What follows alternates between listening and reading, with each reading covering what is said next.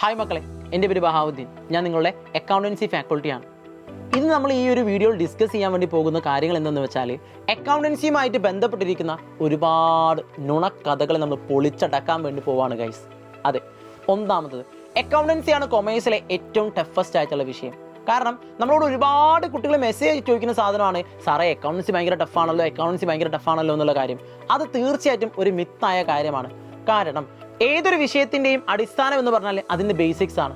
അതുപോലെ തന്നെ അക്കൗണ്ടൻസി നമുക്ക് ഏറ്റവും എളുപ്പത്തിൽ മനസ്സിലാകണമെന്നുണ്ടെങ്കിൽ അക്കൗണ്ടൻസിയുടെ ബേസിക് ആയ കുറച്ച് കാര്യങ്ങളുണ്ട്. അതായത് കുറച്ച് ടെക്നിക്കൽ ടേംസ് ഉണ്ട്.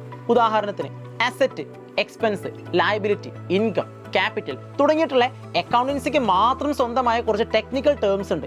ക്ലിയർ അല്ലേ? ഉദാഹരണത്തിന് നിങ്ങൾക്ക് ഏറ്റവും എളുപ്പത്തിന് മനസ്സിൽ ഞാൻ പറയാം. നമ്മൾ ഫിസിക്സ് പഠിക്കുന്ന ഫ്രീക്വൻസിയെ പറ്റി പഠിക്കാറുണ്ട്, വോളിയത്തെ പറ്റി പഠിക്കാറുണ്ട് അല്ലേ? അപ്പം ഈ വോളിയം, ഫ്രീക്വൻസി ഒക്കെ ഫിസിക്സിന് ടെക്നിക്കൽ ടേംസ് ആണ്. ഇതുപോലെ തന്നെ നമ്മുടെ സ്വന്തം അക്കൗണ്ടൻസിക്ക് എന്തുണ്ട്? കുറച്ച് ടെക്നിക്കൽ ടേംസ് ഉണ്ട്. ഈ ടെക്നിക്കൽ ടേംസ് പഠിച്ചു തുടങ്ങുക എന്നുള്ളതാണ് ഏറ്റവും പ്രധാനമായിട്ടുള്ള കാര്യം. സോ ബേസിക്സ് റെഡി ആണെങ്കിൽ നമുക്ക് ഏറ്റവും ബെസ്റ്റ് ആയ രീതിയിൽ തന്നെ നമുക്ക് എന്ത് ചെയ്യാൻ പറ്റും? അക്കൗണ്ടൻസിയെ പഠിച്ച് മുന്നോട്ട് കൊണ്ടുപോകാൻ പറ്റും എന്നുള്ളതാണ്.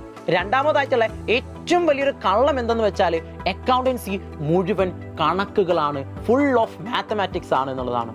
Oh my god! അതായത് മാത്സിലെ ഏറ്റവും ബേസിക് ടൂളായിട്ടുള്ള കൂട്ടാനും കുറയ്ക്കാനും ഗുണിക്കാനും ഹരിക്കാനും ഈ 4 കാര്യങ്ങൾ മാത്രമേ നമുക്ക് എവിടെ പഠിക്കേണ്ടതായിട്ടുള്ളൂ? അക്കൗണ്ടൻസിയിൽ പഠിക്കേണ്ടതായിട്ടുള്ളൂ.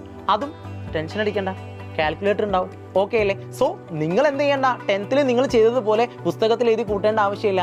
എല്ലാം ചെയ്ത് നമുക്ക് കാൽക്കുലേറ്റർ നമ്മൾ കൂടെ ഉണ്ടാവും. സ്റ്റേറ്റ് സിലബസ് ഉള്ള കുട്ടികൾക്കാണ് കേട്ടോ. ക്ലിയർ അല്ലേ? CBSE-കാരാണെങ്കിൽ അവർക്ക് എന്തുണ്ടാവില്ല, കാൽക്കുലേറ്റർ ഉപയോഗിക്കാൻ പറ്റത്തില്ല എന്നുള്ളതാണ്. സോ നമുക്ക് എല്ലാ കണക്കുകളും നമുക്ക് എന്ത് ചെയ്യാൻ വേണ്ടി പറ്റും? നമുക്ക് നമ്മുടെ സ്വന്തം കാൽക്കുലേറ്റർ ഉപയോഗിച്ച് കാൽക്കുലേറ്റ് ചെയ്ത് കണ്ടുപിടിക്കാൻ പറ്റുന്ന സിമ്പിൾ മാത്സ് മാത്രമേ നമുക്ക് എവിടെ പഠിക്കേണ്ടതായിട്ടുള്ളൂ? അക്കൗണ്ടൻസിയിൽ പഠിക്കേണ്ടതായിട്ടുള്ളൂ. മൂന്നാമതായ മറ്റൊരു കള്ളം എന്തെന്ന് വെച്ചാൽ, അക്കൗണ്ടൻസി മുഴുവൻ പ്രോബ്ലമാണ്. അതായത് മുഴുവൻ പ്രശ്നങ്ങളാണെന്നല്ല ഉദ്ദേശിച്ചത്, മുഴുവൻ നമുക്ക് എന്താണ് സോൾവ് ചെയ്യേണ്ട പ്രോബ്ലംസ് ആണ് നമുക്ക് എവിടെ ഉള്ളത്? അക്കൗണ്ടൻസിലുള്ളത് എന്നുള്ളതാണ്. തെറ്റാണ്. കാരണം അക്കൗണ്ടൻസിയുടെ കേസിലേക്ക് നോക്കുകയാണെങ്കിൽ 30 മുതൽ 40% വരെ നമുക്ക് തിയറി ഭാഗങ്ങൾ നമുക്ക് പഠിക്കേണ്ടതായിട്ടുള്ളത്.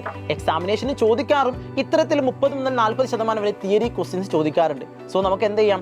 തിയറിയും പ്രാക്ടിക്കൽസും ഒരുപോലെ കൊണ്ടുപോകാൻ പറ്റുന്ന, തിയറിയും പ്രോബ്ലംസും ഒരുപോലെ കൊണ്ടുപോകാൻ പറ്റുന്ന പേപ്പറാണ് നമ്മുടെ അക്കൗണ്ടൻസി എന്ന് പറഞ്ഞാൽ. ഇനി നാലാമതായി മറ്റൊരു കാര്യം കൂടെ പറയാനുണ്ട്. അക്കൗണ്ടൻസി ഭയങ്കര സിമ്പിളായ വിഷയമാണ്. സത്യമാണ് കേട്ടോ, അത് കളവല്ല. അക്കൗണ്ടൻസി വളരെ സിമ്പിൾ ആയിട്ടുള്ള വിഷയങ്ങളാണ്. അതായത് ഒരുപാട് സ്റ്റുഡൻസിനോട് ചോദിച്ചാൽ മനസ്സിലാക്കാൻ വേണ്ടി പറ്റും. ഒരുപാട് പേർക്ക് അക്കൗണ്ടൻസി വളരെ സിമ്പിളാണ്. അതെന്തുകൊണ്ടാണ്? സിസ്റ്റമാറ്റിക് ആയ രീതിയിൽ ബേസിക്സ് ഒക്കെ കറക്റ്റ് ആക്കി പഠിച്ചു തുടങ്ങുകയാണെങ്കിൽ ഏറ്റവും ബെസ്റ്റ് ആയ രീതിയിൽ നമുക്ക് എന്ത് ചെയ്യാൻ പറ്റും? അക്കൗണ്ടൻസി നമുക്ക് എഴുതാൻ പറ്റും എന്നുള്ളതാണ്. എൻ്റെ കേസിലേക്ക് എക്സാമ്പിൾ നോക്കുകയാണെങ്കിൽ, പരീക്ഷയ്ക്ക് എക്സാം എഴുതി കഴിഞ്ഞിട്ട് ഞാൻ കിടന്ന് ഉറങ്ങിയിരുന്ന കാലഘട്ടം പോലും ഉണ്ടായിരുന്നു ഞാൻ ഹയർ സെക്കൻഡറി പഠിക്കുന്ന സമയത്ത്. സോ അത്രയ്ക്കും സിമ്പിളായ വിഷയമായിരുന്നു എന്ത്? അക്കൗണ്ടൻസി എന്ന് പറഞ്ഞാൽ. സോ നിങ്ങൾക്കും അക്കൗണ്ടൻസി സിമ്പിൾ ആവണം, കൊമേഴ്സ് ഏറ്റവും ബെസ്റ്റ് ആയ രീതിയിൽ പഠിക്കണം എന്ന് നിങ്ങൾക്കും ആഗ്രഹമില്ലേ?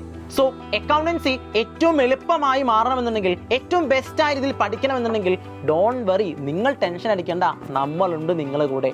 അതായത് സൈലത്തിൻ്റെ യുവ ബാച്ച് ഉണ്ട്. ഏറ്റവും സിസ്റ്റമാറ്റിക് ആയ രീതിയിൽ എക്സാംസ് കണ്ടക്ട് ചെയ്ത് ഓരോ ക്ലാസ്സിൻ്റെയും ചാപ്റ്റർ വൈസ് നോട്ട്സ് പ്രൊവൈഡ് ചെയ്തുകൊണ്ട്, ചാപ്റ്റർ വൈസ് ലൈവ് ക്ലാസ്സുകൾ പ്രൊവൈഡ് ചെയ്തുകൊണ്ട്, പ്രീവിയസ് ഇയർ ക്വസ്റ്റ്യൻസ് പ്രൊവൈഡ് ചെയ്തുകൊണ്ട് ഏറ്റവും ബെസ്റ്റ് ആയ രീതിയിൽ നിങ്ങൾ ഓരോരുത്തരും മൗൾഡ് ചെയ്തെടുക്കാൻ നമ്മൾ ടീം സൈലം കൊമേഴ്സ് ദാ റെഡിയാണ്. അപ്പോൾ ഒന്നും നോക്കേണ്ട മക്കളെ, ഇപ്പോൾ തന്നെ പർച്ചേസ് ചെയ്തേക്ക്. നമുക്ക് എന്ത് ചെയ്യാം? സൂപ്പറാക്കി കിടലമാക്കി അടിച്ച് പൊളിച്ച് പഠിക്കാം. All the best.